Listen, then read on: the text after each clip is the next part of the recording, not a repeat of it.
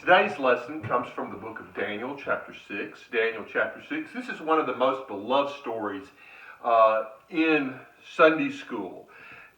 There are so many dramatic features in this story, primarily being Daniel thrown into the lion's den and surviving. But we have political intrigue. We have the vanity of a king. We have the integrity of a man, the power and the preservation of God from violence for his servant in this particular case. So we want to start and get as far as we can in Daniel chapter 6. I'm going to start by reading verses 1 through 3, and again, this is from the King James Version of the Bible. It pleased Darius to set over the kingdom 120 princes, which should be over the whole kingdom. And over these 3 presidents, of whom Daniel was first, that the princes might give accounts unto them, and the king should have no damage. This then Daniel was preferred above the presidents and princes, because an excellent spirit was in him, and the king sought to set him over the whole realm. When we start looking at this, we immediately run into a problem. The problem is this: who is Darius the Mede? In secular history, there is actually no records of someone by the name of Darius the Mede. Historical records show that we went from Belshazzar immediately to Cyrus the Persian as the ruler. There are a lot of different explanations as to who Darius might be. As I was studying, I came across a really good article by Dr. Anderson on the Dallas Theological Seminary webpage, and he goes through and he starts with the idea that Darius is a fictional character made up, and who holds to this theory, and some of the reasons they hold to this theory, and some of the problems with this theory as well. He doesn't hold to this, but he does mention it, because you're going to have people say, well, Daniel's a fake book because history doesn't tell us that there is a Darius the Mede. And he runs through several different possibilities of who this individual could be. Now, let me give you a couple of examples of who it could be, just very quickly, and then I will give you some of my thoughts about his identity. First of all, there are those who think this might be a different name from Cyrus. Same individual, but just a different name. That is not uncommon. When we read scriptures, we find someone in secular history might be known as Xerxes. And in the Hebrew Bible, he might be known as Ahasuerus. So we have that problem going on there, and that's a possibility. Some think that Darius might actually be a son of Cyrus who goes by another name. Cambyses is his name that he is known by secular history. That is a possibility. He served under his father, and he did later become the ruler over the Babylon Empire. Some people think that Darius the Mede might actually be the general who conquered the city of Babylon that night that we saw in chapter 5. He goes by a couple of different names. But again, I don't know. Here's kind of my thoughts on it. One, this is not the first time that someone has pulled someone out of the Bible and said, we have no historical evidence that this person has ever existed. Therefore, this is wrong, and the Bible cannot be trusted in this. Only to within a few years in some cases, and sometimes greater length time periods. But the evidence is found. For many years, people held up the Hittite people were not real. Therefore, the Bible was wrong. Later, we found the capital city, or not we, but archaeologists found the capital city and found their library where they had all their records written. We now know the Hittites are a real people. I think there is the possibility that Darius is a real person who, as of yet, has not been declared. There is also the possibility, and this is very good as well, the word Darius might be an honorific title. In the Bible, especially in the book of Exodus and Genesis, we have the kings of Egypt are called by the title Pharaoh. Later in the book of 1 Samuel, and as we move through, actually in Genesis as well, Abinadab is a name that we hear over and over again, and it's not really a name, it's a title. It means father, and it is the title of the rulers among the Philistines. Darius, the name means holder of the scepter. So this might be just a title that is given to an individual. But what is important is what he did. This is not unusual. He chose 120 individuals, and he used them, and I'm going to use more of a modern term for us, and not the biblical term, but he put governors over each of these regions. They used the title satraps, they used the title of princes, but kind of think of them as the governors of our individual states. And then he set 3 administrators. Now, the governors, the princes, the satraps, whatever you want to call them, they would report to these 3 administrators. This is how much money we spent. This is how much tax money came in. This is our military budget, and this is how many men, if we go to war, we can muster, and things like that. They reported to these men, who made sure, one, that the rulers were not stealing from the government, but to make sure that Darius or whoever was in charge would know what was going on, and that he wasn't cheated out of any of his money, but also he would know, in case of military actions, how many troops that he could draw upon very quickly. And Daniel was number 1. He is the head guy of these. If you remember carefully, you saw in last chapter 5, that Daniel for a very short time was made number 3 in the kingdom. Well, now he's actually made number 2 in the kingdom. And this is because there was found with him an excellent spirit. Now, I don't know how many years Darius had been on the throne at this time. I don't know if maybe some of the people had said, this man Daniel is, really good. He has been in the kingdom ruling now for 50, 60 years. He's wise, he's smart, he's been the right-hand man to several kings over the years, or whether it just took some time and he proved himself an able administrator once again. But he did have an excellent spirit, and Darius the king was going to put him over the entire kingdom. And this, well, it did not make him very popular among his fellow politicians, let's call it that. Verse 4 tells us, then the presidents and princes sought to find occasion against Daniel concerning the kingdom, but they could find none occasion nor fault, for as much as he was faithful, neither was there any error or fault found in him. Then said these men, we shall not find occasion against this Daniel, except we find it against him concerning the law of his God. Then the presidents and princes assembled together to the king and said to him, King Darius, live forever. We're going to stop right there and just deal with these verses. Again, maybe this is a case of these individuals not liking the Jewish people. This may be an attempt by Satan to stir up hatred against Daniel because of his goodly character. It could be that just his goodly character was a reproach to them. But what they did is they looked to see if they could find something wrong with him. They were looking for skeletons in Daniel's closet. Now, I'm going to bring this to modern times, and this is not an accusation against anybody in particular. So don't say, well, he's talking about, and he's talking about. I'm not talking about anything specific, just in general.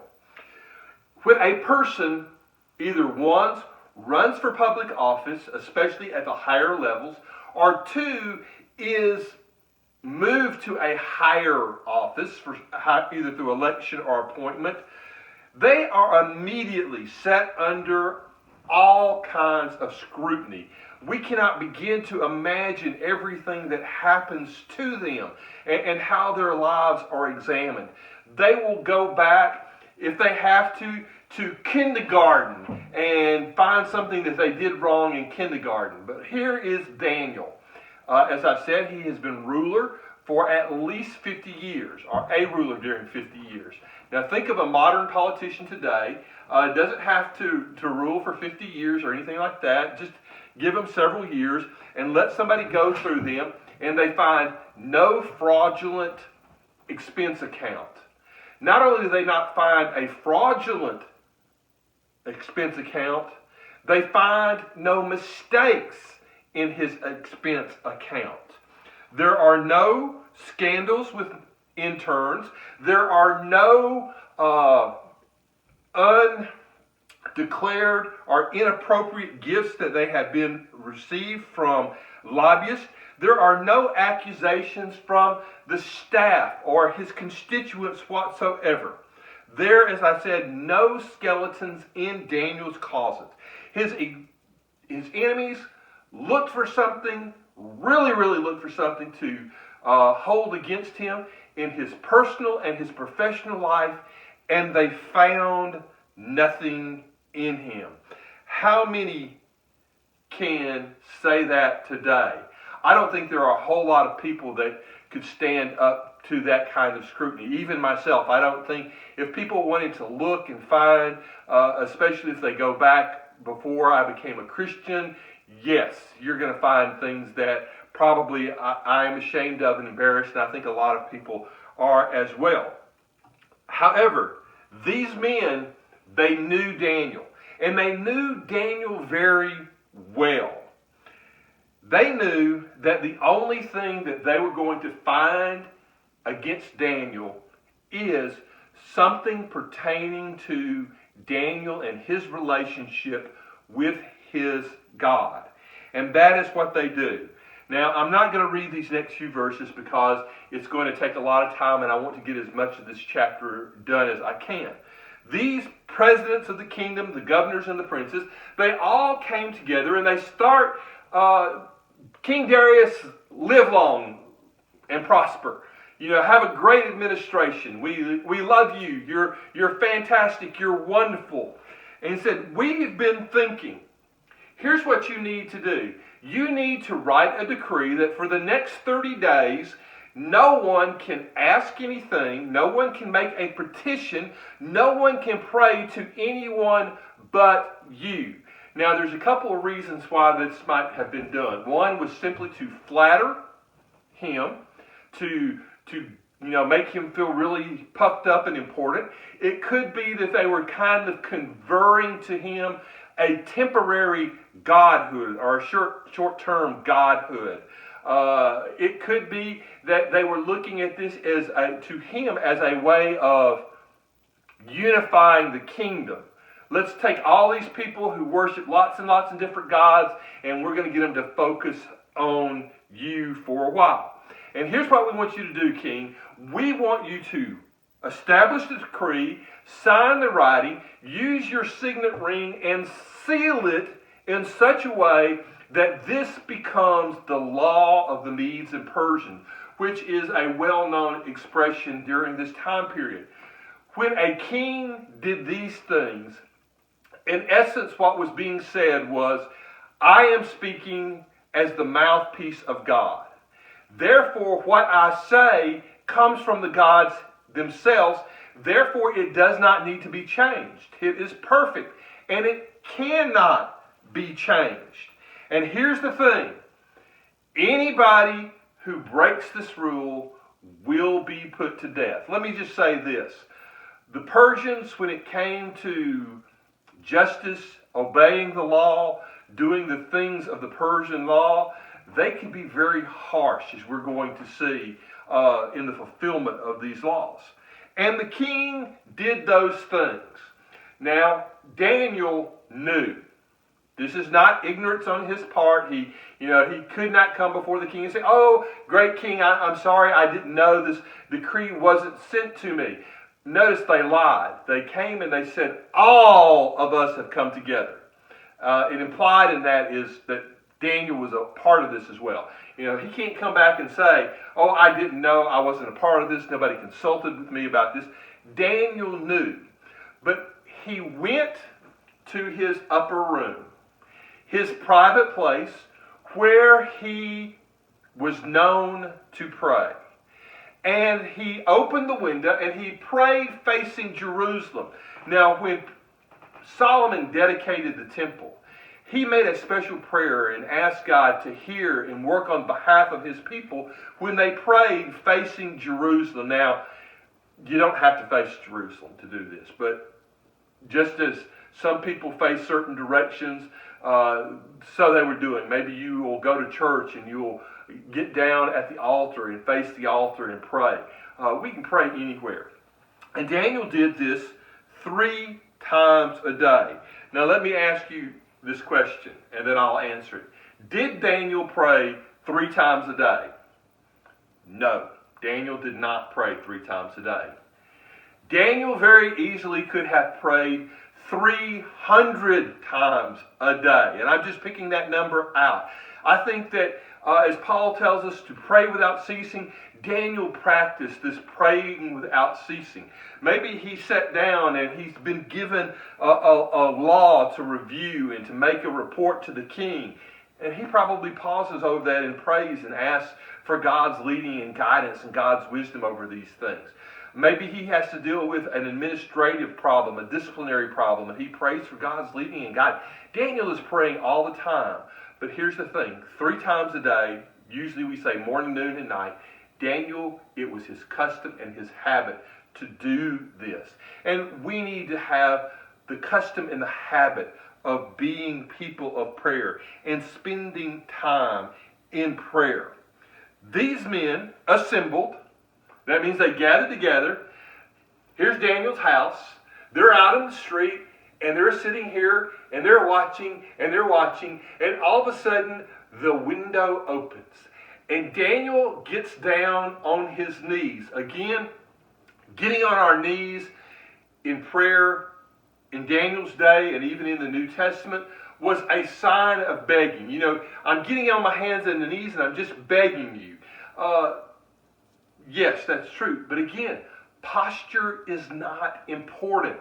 It's the attitude of the heart that's important. But he does get down on his knees. He begins to pray, whether they can hear the words or not. They know what he's doing. And they go to the king and they say, "King Darius, Daniel does not regard you. Daniel does not regard your gods.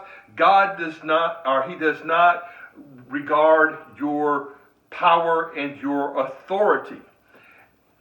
And when the king heard this, I think he immediately realized, I have been hornswoggled here. I have been bamboozled. I have been tricked because of these individuals. It displeased him because he knew that everything they were saying about Daniel was wrong. He knew that Daniel respected his authority as the king. He knew that Daniel was a loyal servant. And verse 14 tells us that when the king heard these words, it displeased him, and he sought to deliver Daniel. How different this was than from Nebuchadnezzar when he heard what Shadrach, Meshach, and Abednego had done. Yes, he tries to give them another chance, but when they refuse, he throws them into the fiery furnace because of his great anger. Well, the king discovers, after a whole day of looking, this is the law of the Medes and Persians. There's no loophole to go through. There's no way that he can get out of it. So the very evening, what they do is they take Daniel to the lion's den. Now, this is probably not a cave per se that we think of a cave. It's probably more of a hole in the ground, more of a pit area. But Daniel is brought, and he is put in this lion's den with lions who are probably half starved. and a stone is rolled over the top, and the king takes his signet ring and he seals it. And I'm going to be kind of honest here. The king has already declared to Daniel, your God will deliver you. He respects the God of Daniel. And as much as anything, I don't think the king is putting this seal here to prevent people from trying to rescue Daniel. I think he's putting that seal there to keep Daniel safe from other people who might try and come and kill him. And after a very restless night, King Darius is up. He is crying. He is lamenting. He is crying out to the God of Daniel. He can't sleep. He can't eat. He doesn't want any pleasant music brought before him. But very early the next morning, when the sun was getting up and he's just barely able to see, he gets up and he runs to the haste and he gets to the lion's den and he cries out, sorrow filling his voice, Daniel, O Daniel, servant of the living God, is thy God whom thou continually servest able to deliver thee out from the lions? And Daniel, O king, live forever. My God sent an angel. Wow. I don't know if this was the shining manifestation of an angel or if God just satiated the appetite of these lions. I don't know if, there's actually an angel there rubbing the lion's mane. Nice kitty, or what. But God delivers Daniel. And he says, I have no hurt. And immediately the king has Daniel brought out of the lion's den. And it was seen that there was no hurt, no harm, not a scratch on him. And he believed in Daniel's God. Then the king commanded those people who had tricked him, who had brought the accusations against Daniel, be brought to him and had them cast into the lion's den. Not only them, but their sons, their daughters, their wives, and their entire households were brought. And the Bible says that as they were thrown into the den, the lions break their bones before they even hit the ground. Now, after this, God prospered Daniel. And one of the great blessings that comes from Daniel chapter 6, in my opinion, is this, is that as we watch this story unfold, we see how Daniel becomes a type of Christ. That his life and these events point to Jesus Christ. Consider this, a man who was without blame, who was faithful to God in all his ways, a man who is noted for his prayer, was sent to death because of the jealousy that the people wanted to prevent his exaltation. That's Daniel. That's Jesus. He was condemned to death by the plotting of his enemies and the law of the land, and was thrown into a stone room meant to be his tomb for all eternity. But when the stone was moved, when the stone was rolled away, death could not touch them. We see the power and the ferocity of God at work here. On the morning, Daniel and Jesus came out victorious. And they glorified God. And even the pagans gave honor to God, and their enemies were judged. Let's all bow for a word of prayer. Holy Father, as we come before you this evening, we thank you so much for the lesson of Daniel, and we see your power and your protection of your loved ones. We remember, Father, just as the 3 Hebrew children said, that whether from the fire or by the fire, God will deliver us out of your hand, O King. That either through the tribulation or by the tribulation, you deliver us from our enemies. We praise you, Father, for the life of Daniel, and how it points us to the life of Jesus Christ. In his holy name we pray. Amen.